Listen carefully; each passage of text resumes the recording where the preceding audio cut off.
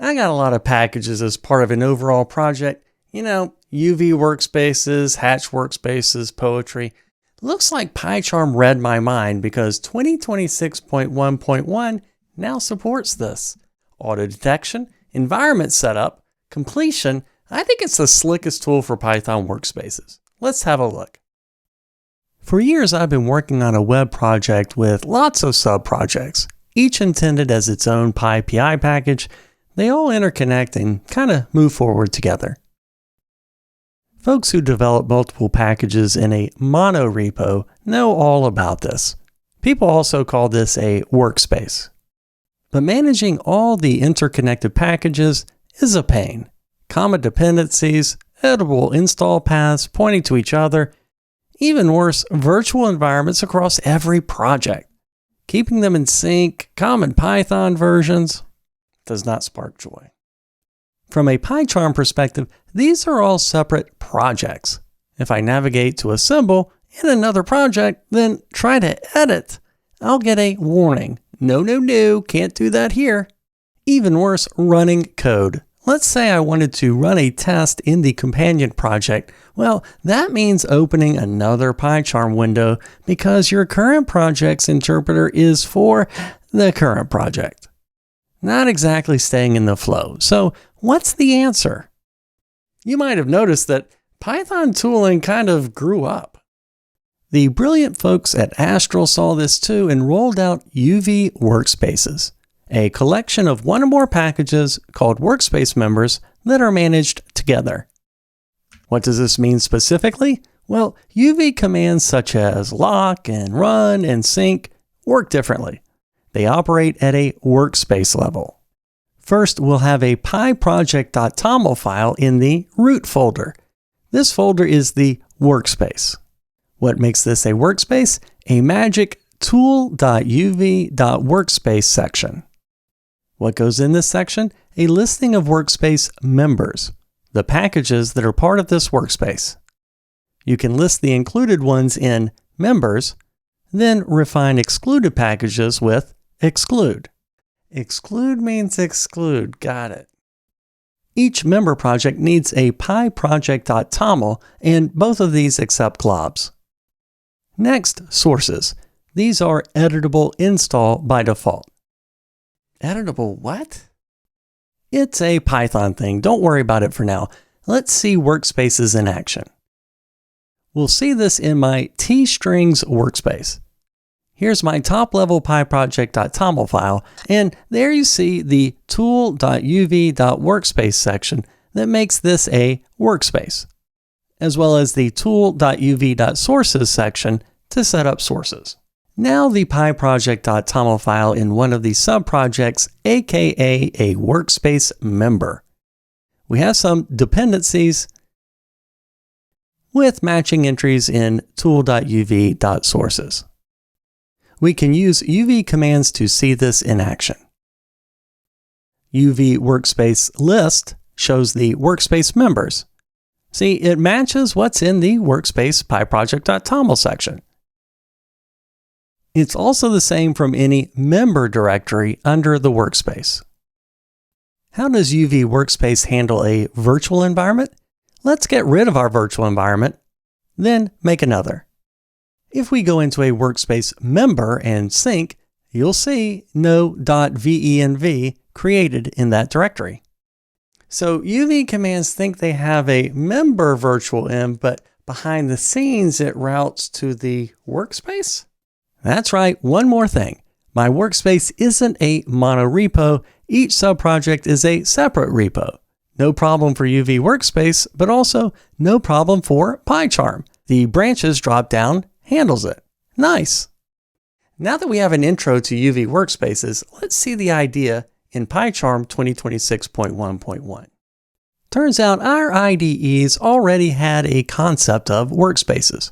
But in earlier releases, PyCharm hadn't hooked this up to UV Workspaces. To understand better, remember that our IDEs have a concept of scope to limit certain operations such as search, code inspection, etc. But in your project. Project. With 2026.1.1, when you open a workspace, you see a pop-up that says, "Hey, I detected a workspace. Want me to set it up?" After you click Enable, you get a lovely explainer of this workspace mode, with a live listing of folders and below, help about UV workspaces. It also says how to later turn it off. Let's click Enable Workspace. Gotta admit, PyCharm folks, this is legit cool. Thanks Vitaly for this idea. If you opt in, you'll get some new stuff in your settings preferences. Here's mine. Project structure lets you unenable this support and also shows the workspace members. Project dependencies also helps visualization. With this setup, we now know what a project means in this new world of workspaces. Work starts with a workspace virtual environment. Can PyCharm help? Let's say you open a workspace that doesn't have a virtual environment. PyCharm sees the workspace doesn't have a virtual environment.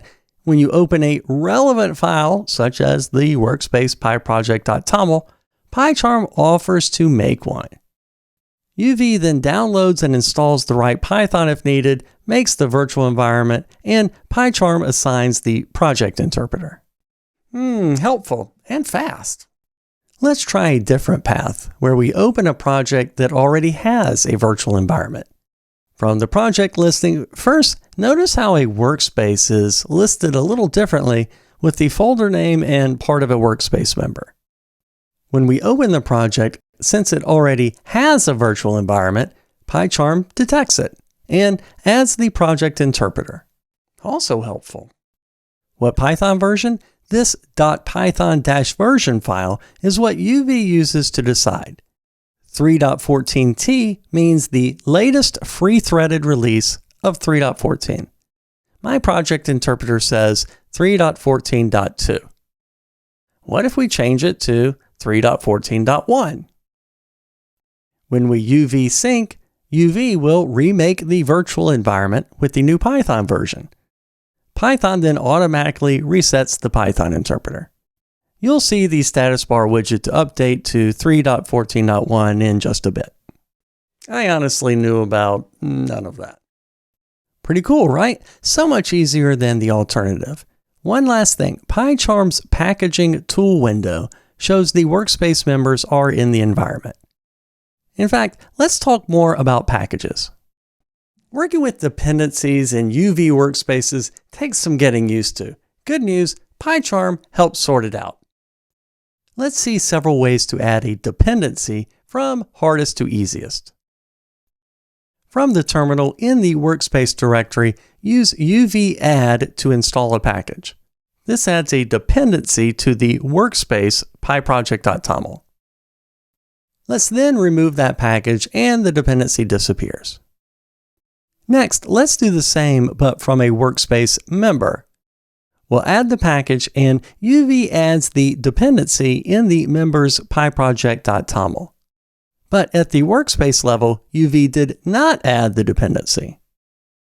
When we remove the dependency, it disappears from the members pyproject.toml.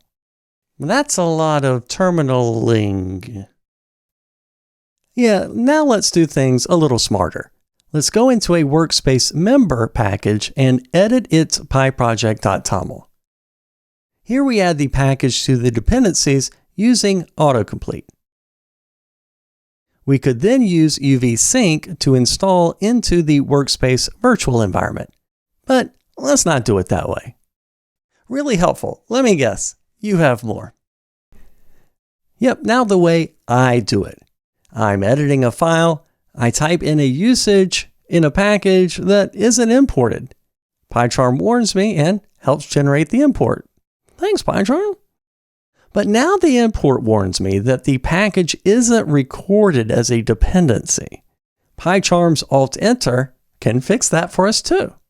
PyCharm can generate an import from a usage, fix the missing import, flag that import as a missing package, install the missing package, and record it in the right pyproject.toml dependencies? No fucking way.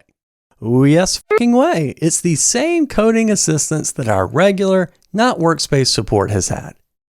First, the dependency is recorded in the member pyproject.toml.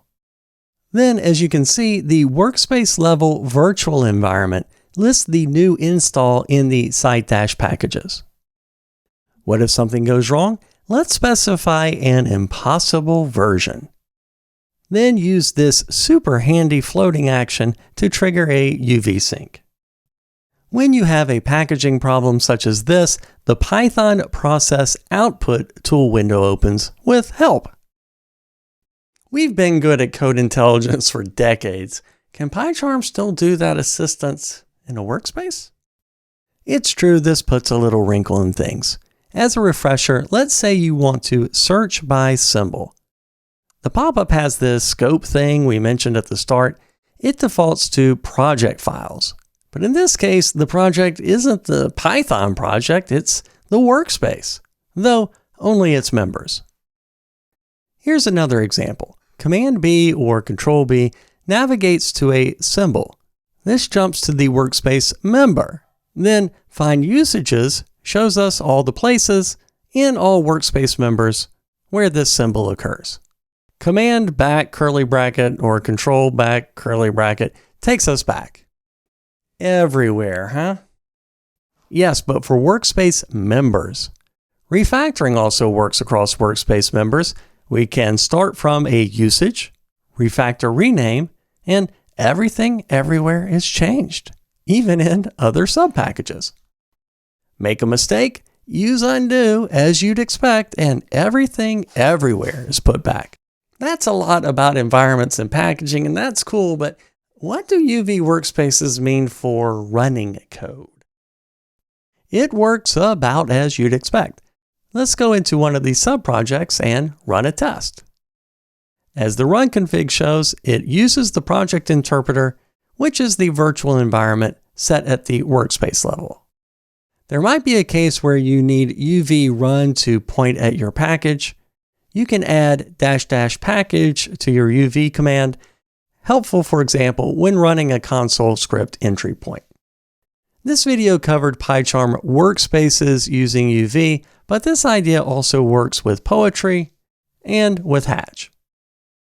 Multi-project workspaces such as monorepos really help large projects, but they come with friction.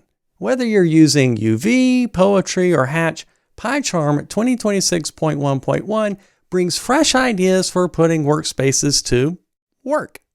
We're just getting started on our plans for workspaces. Give it a try. Let us know what you think. Remember, you download PyCharm now, free forever, 1 month of Pro included.